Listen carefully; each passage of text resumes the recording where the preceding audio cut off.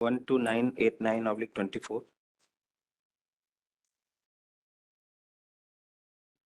क्या आदेश है?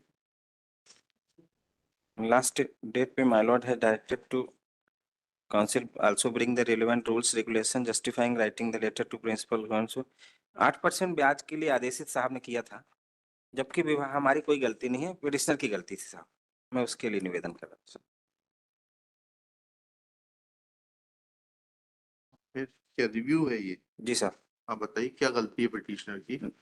पिटिशनर की गलती है, काइंडली सी द एप्लीकेशन आइए नंबर 12989/24 में 12989। डॉक्यूमेंट टेकन ऑन हाँ बताइए। annexure A my lord A yes. on dated 7/10/2020 we have requested to petitioner to submit the account number of the family my lord। ये ठीक है, नहीं दिया। फिर बी में है साहब, ये 17/10/20 को इसमें साइन है इनके बैद्यनाथ जी के नीचे। हाँ। फिर एनेक्जर सी है ये, फिर उसके बाद भी इन्होंने सबमिट नहीं किया ऑनलाइन साहब। एनेक्जर सी है 6/11/20 को डाक लेने से मना किया। हाँ जी सर, और ये तीनों के आउटवर्ड रजिस्टर हमने लगाए साहब आगे नेक्स्ट में डी में जी। और वो आपने साहब ने पूछा था प्रक्रिया बताएं, तो एनेक्जर ई जो है साहब पेज नंबर 12 में वो प्रक्रिया दी है कि जब कोई कर्मचारी रिटायर्ड होगा तो उसके स्वयं के द्वारा वो पोर्टल में जानकारी भरी जाएगी। हाँ लिखा है। क्रमांक 1 एम्प्लॉय प्रोफाइल उक्त मॉड्यूल में कर्मचारी की व्यक्तिगत जानकारी की प्रविष्ट की जाती है। उक्त मॉड्यूल में कर्मचारी के द्वारा किए गए नॉमिनेशन के अनुसार पत्नी या परिवार। ऐसा कहाँ लिखा कि खुद जानकारी भरेगा वो? कहाँ ये लिखा है? ये नेक्स्ट में पैर है ना, नेक्स्ट पेज पे पेज नंबर 13 में। पेज नंबर 13 में पढ़िएगा। नहीं ये फॉर्म है साहब, ये फॉर्म उन्हीं के द्वारा सबमिट किया जाता है, कोई और नहीं सबमिट कर सकता। अच्छा। इसमें बीच में देखेंगे सर IFSC कोड डाला है और बैंक का नाम है और ब्रांच नेम है और अकाउंट नंबर है, सिंगल अकाउंट। रिलेशन का नाम दिया तो है वाइफ। तो इन्होंने जब भरा तब उसको पेमेंट हुआ, तो डिले हमारे पास में। तारीख को भरा ये? नहीं सर भरा, हमने दिया ही नहीं कि है? वो इन्होंने मांगा नहीं और वो रिलेवेंट नहीं था, तो हमने वो वाइफ अकाउंट नंबर नहीं दिया। नहीं लेकिन भरा कब आपने? कब आपको वाइफ का अकाउंट नंबर प्राप्त हुआ? कागज दिखाइए ना, वाइफ का अकाउंट नंबर आपने इनसे प्राप्त किया। जी इन्होंने देर से दिया, आज लिए आप पेंशन का डिसबर्समेंट नहीं कर पाए। डिसबर्समेंट हो गया पर नहीं अरे थोड़ा सा दिखाइए तो।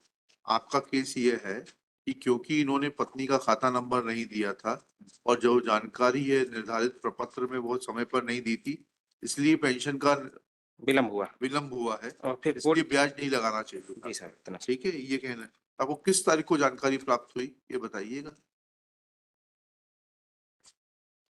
नहीं आरपी के हमारे एनेक्जर्स देख लें साहब। हाँ आरपी के तो देख रहे हैं, कौन से एनेक्सर में? ये आईए था अभी पिटीशन के साथ बताइए कौन सा एनेक्सर देख रहे हैं?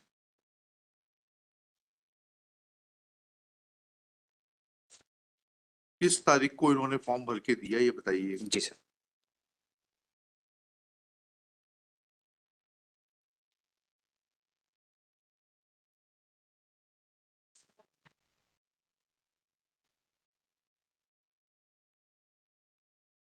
RP6 साहब।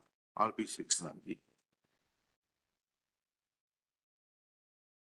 27/1/2021 को दे दी जी। पेंशन किस तारीख को दी आपने? पेंशन नहीं, वो रिटायरल ड्यूज से सब। हाँ हाँ वो कब दी, किस तारीख को दिया आपने?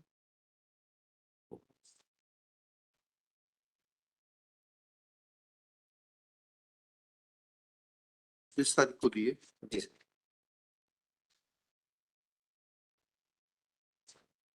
पत्नी का अकाउंट नंबर तो फैमिली पेंशन के लिए काम आता है। नहीं वो PPO जारी करने की प्रक्रिया में ही साहब। चलिए तो फिर आपने पेंशन कब दी? जब इन्होंने जानकारी दे दी P6 से, फिर पेंशन कब दी आपने?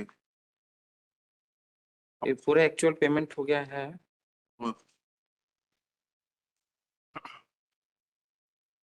27/5/24 को। 27/5/24। सेवानिवृत्त कब हुए? 2020 में। 2020 में।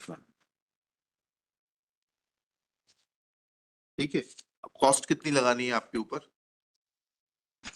21 में जब फॉर्म भर दिया तो 24 तक क्यों आप सो रहे थे? ये 2021 में इनके विभागीय जांच भी चल रही थी, वो चल कंप्लीट रही होगी तो उसके उसमें कहाँ प्रावधान है विभागीय जांच की चलते हुए? अब पूरे रिटायर्ड ड्यूज नहीं, लौट पूरे नहीं रोके थे साहब और हमने। विभागीय जांच कब समाप्त हुई? ये RP3 लगा है साहब। RP3 कब समाप्त हुई? ये तो रिपोर्ट आ गई थी 6/1/2021 को विभागीय जांच की। RP7 देख लें साहब और इसमें। एक मिनट देखिए, ये 27 में भाग 24। क्यों रहे हैं आप?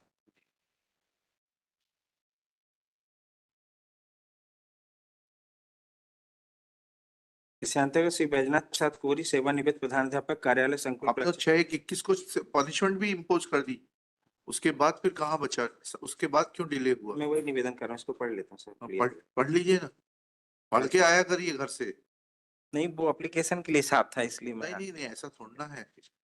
23 GPO क्रमांक स्वयं से भुगतान जारी कर दिया गया 23। आपने विभागीय जांच समाप्त कर दी 6/1/2021 को, उसके बाद क्या 12 रोक रहा था आपको पेंशन देने से?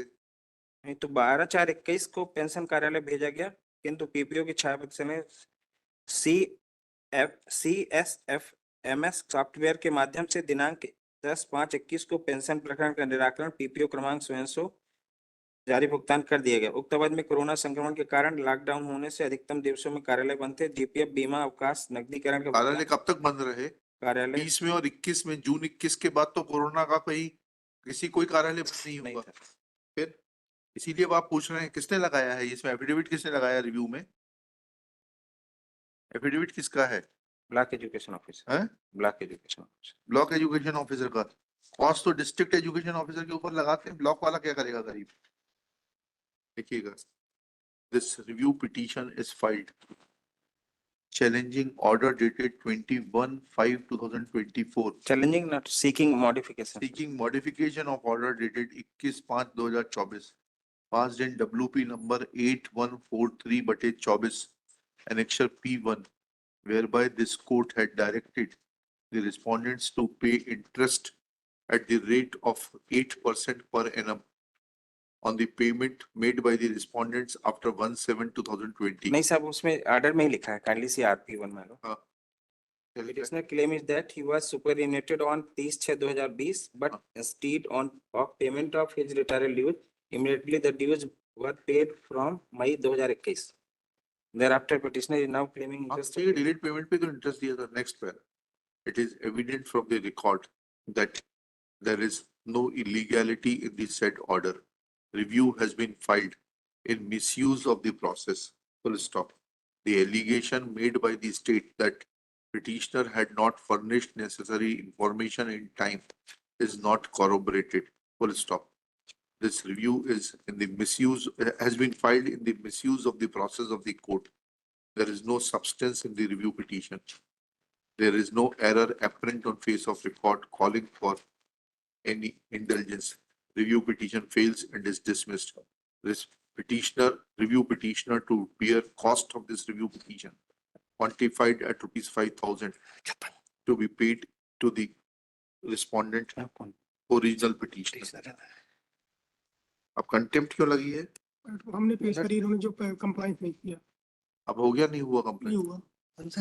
इंटरेस्ट का पार्ट नहीं हो रहा साहब, उसके कारण 56.1 में लिखिएगा, Shri Manas Mahima undertakes to make compliance of payment, compliance in regard to payment of interest within 30 days from today. Right. And on furnishing such undertaking, contempt proceedings are dropped for the timing with reserving a liberty in favor of the petitioner to file fresh contempt proceedings if compliance is not made in terms of the undertaking of the learned counsel for the state.